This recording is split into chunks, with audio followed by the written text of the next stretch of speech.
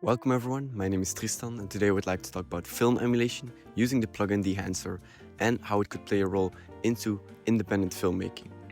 I'll be going over the what, the how and the why, so if you only want to hear the what and the why section, you can skip the how section.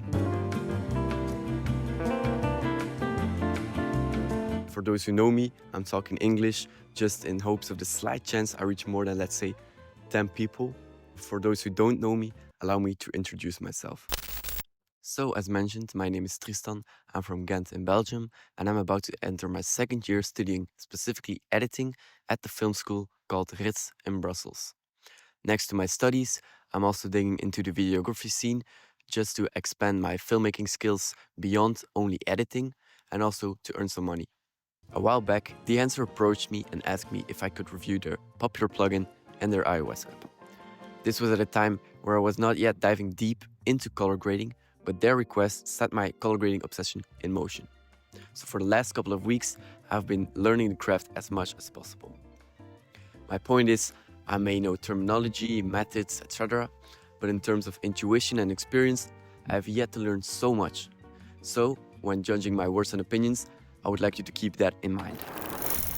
Now, what is Dehancer? Dehancer is a film emulation program.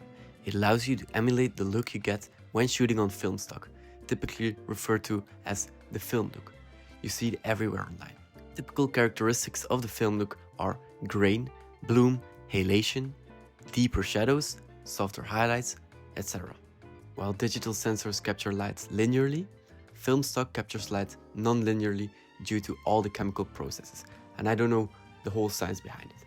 A film emulation program, such as Dehancer, emulate those chemical processes and can make your digital shot look like it was shot on film.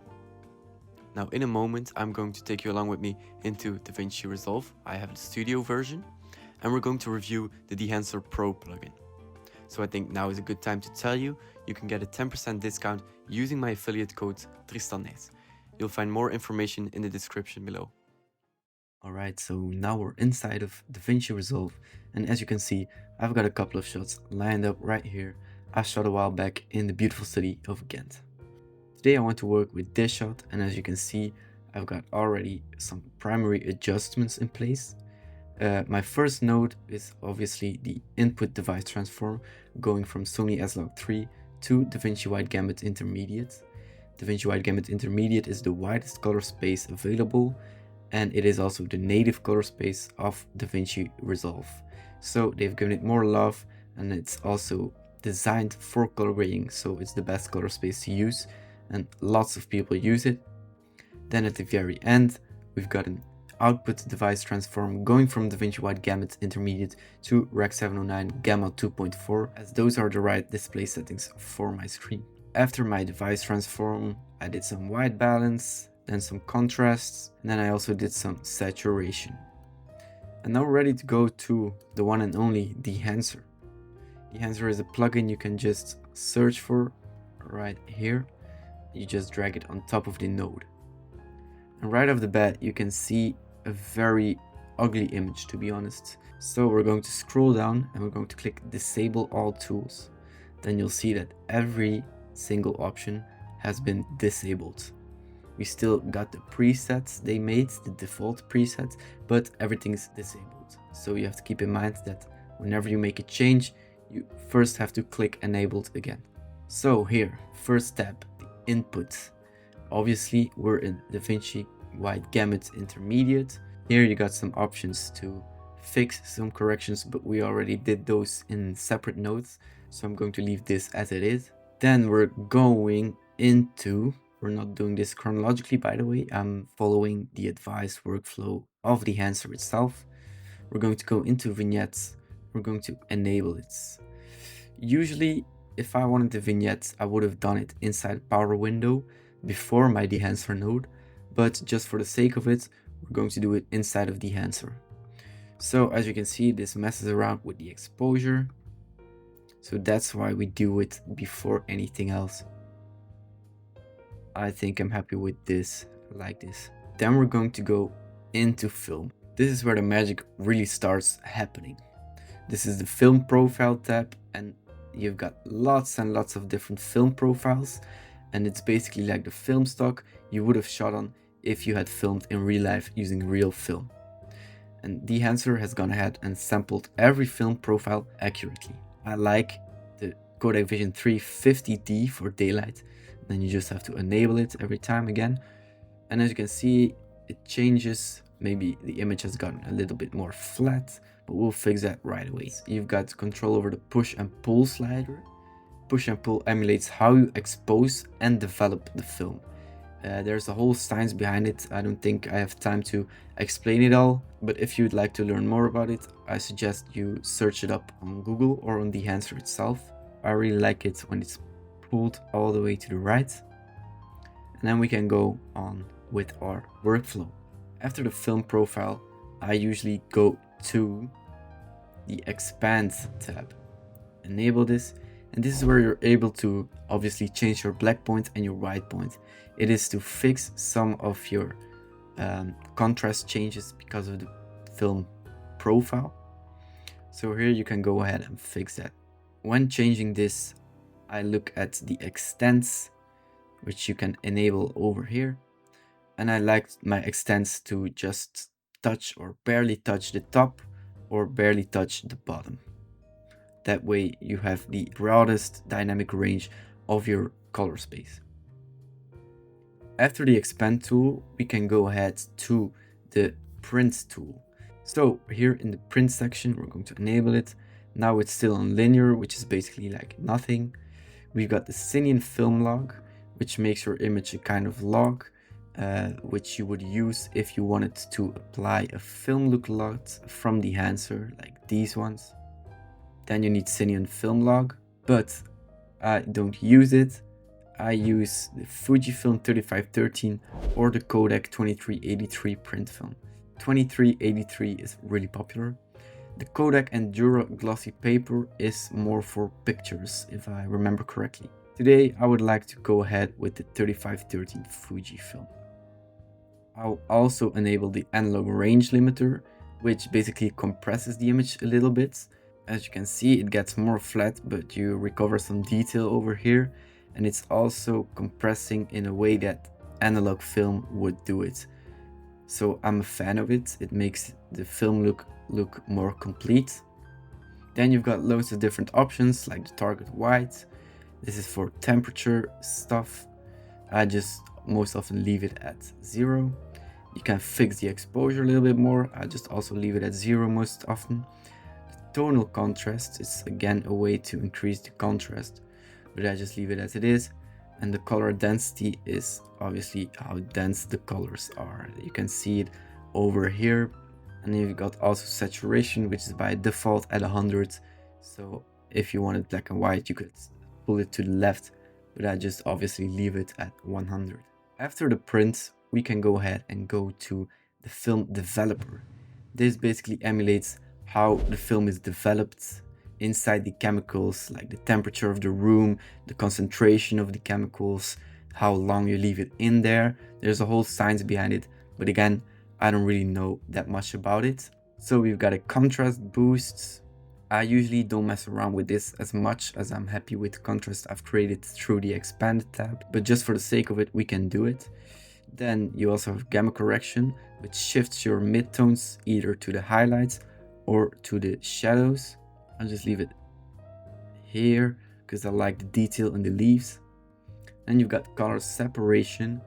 The more you go to the left, the more your intense colors get desaturated. So it starts with the most intense colors, but right now we don't really have a lot of intense colors. And then you got the color boosts.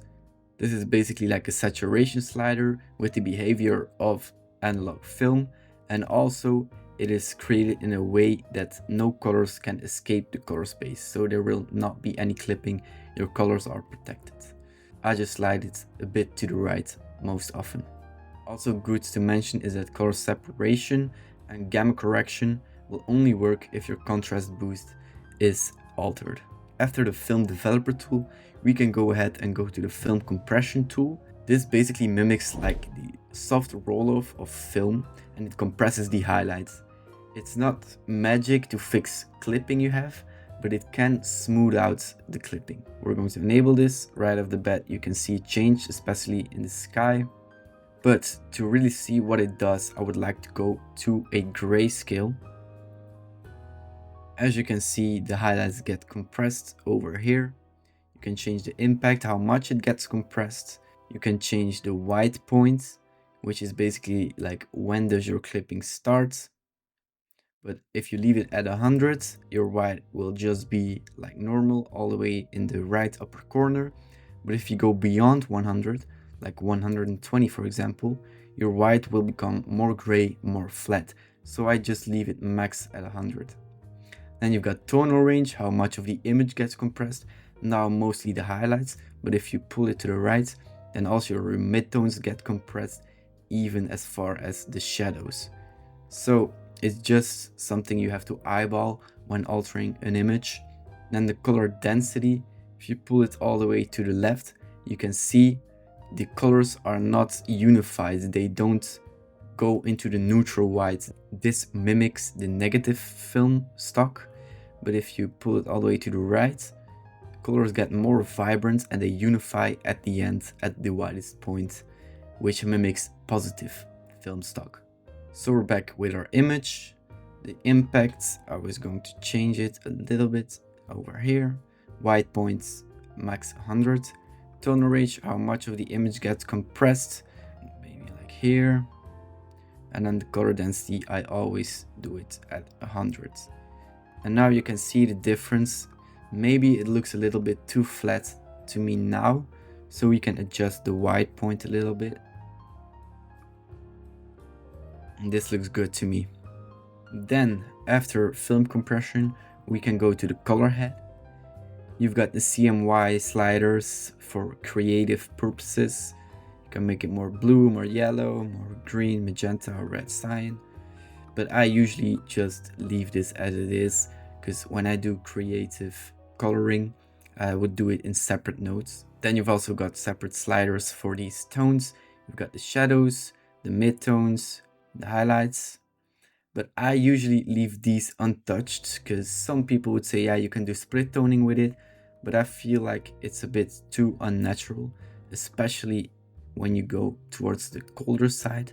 What I do tend to do sometimes is pull the shadows tone to the right, so we get some warmer shadows.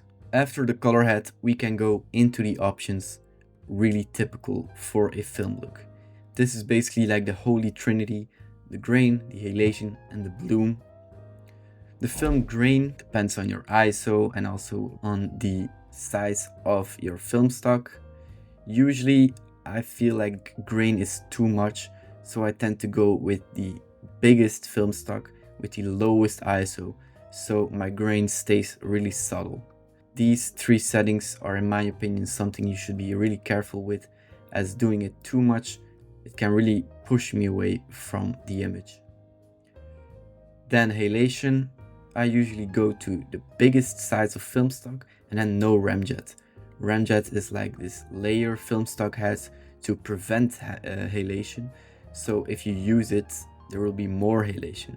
So this is a bit of a compensation for the biggest size. And then I just play around with it, see what I like. Here you go. I like this. Then bloom, this provides like this soft glow around edges. Again, I'm using the biggest size to make it more subtle, and then I just play around with the slider. You got some other effects like film damage, film breadth, or gate weave. Film damage is obviously the damage on the film. Film is a really fragile material. It can get easily damaged. Film breadth is basically like changes in tint, as it was really difficult, especially in the early days, to maintain film and keep it unaltered.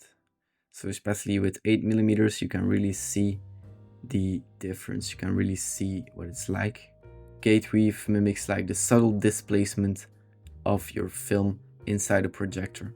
I usually don't really use these settings unless it's for narrative reasons.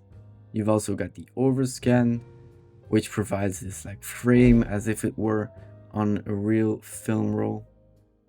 But I usually leave this untouched. You can play around with this if you wanted to. Then some last options, we got some clipping indication, we've got no clipping, you've also got false color so you can analyze your image. Then you've got an output slider determining how much Dehancer is applied, a LUT generator, and then some options. So this is before and this is after. I'm really happy with the results. Now I'm going to go into the iOS app, which are basically the same principles as in the plugin. And then after I did that, I'm going to show some more footage, some more results, while I give you my pros and my cons for this plugin. For the iOS app, I won't go into as much detail because it follows the same principles as the plugin. Right off the bat, you open up with this screen where you can see all your photos and videos. Shot some footage as well in GANs on my iPhone. So we just pick one.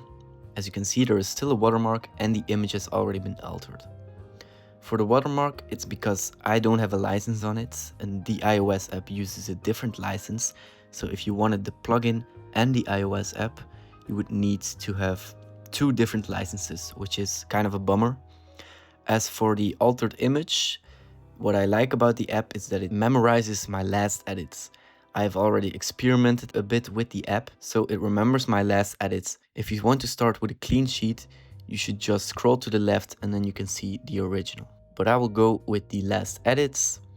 You can go to the edit tab and then basically every single option you have in the plugin, you also have in the iOS app.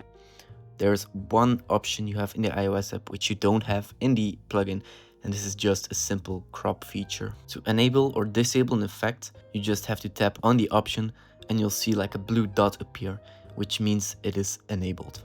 If you want to export your image, you just tap over here and then you'll see there are some licenses you have to buy in order to export without a watermark.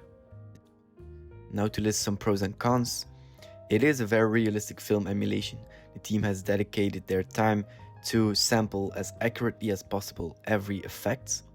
And there are lots of effects and you get a lot of creative freedom with it, which is really nice. And it's also an all-in-one plugin. You just have the Dehancer plugin and then you're able to do everything. As for the cons, it is a very expensive plugin. It's around $600, I think. And I don't think the light version is worth it. It could also be overwhelming for beginners, but it's a great way to start getting into grading like it did for me. It's also heavy on the GPU, especially with effects like grain, halation and bloom. It makes everything slower and you may have noticed it when I explained the film breadth. And then some little nitpicks I have is the default preset being really ugly, then having to disable everything and then having to enable everything again. It's a small nitpick, but it's sometimes a frustration. Also, I tend to get lost in the tabs quite often, but that's probably because I'm an unorganized person. My final thoughts, I don't think you will miss it as there are alternatives like LUTs or the Film Look Creator of Davinci itself. And I would only buy it if you really can afford it. It's not a necessity. But if you do buy it, you'll love it and probably integrate it in all your grades. In my workflow, I find the Dehancer node the most fun and it's the node I look most forward to.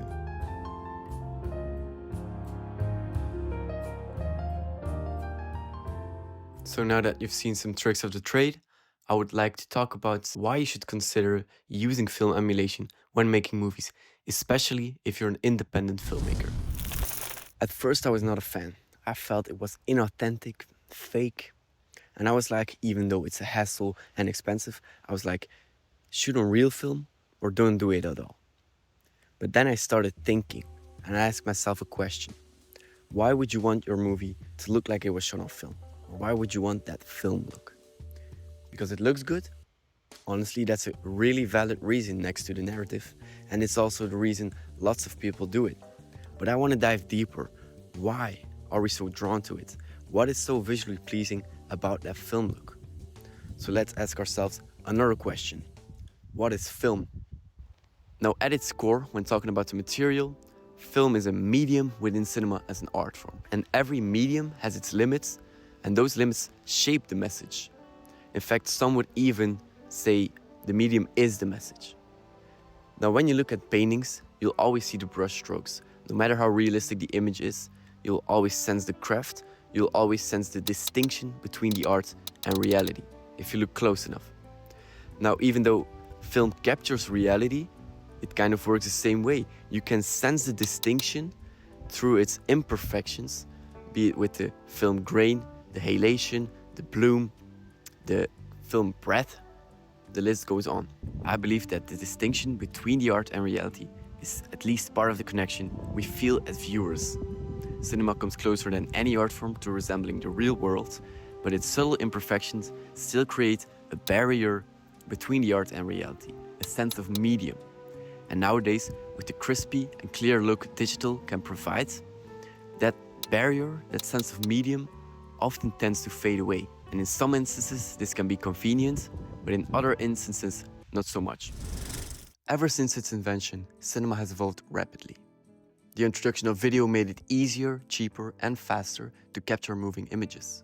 And nowadays, with everyone having a digital camera inside their pockets, we're producing more video than any other time in history. Millions of hours uploaded each and every day. Now, this constant flood of content has over the course of history changed how we see moving images.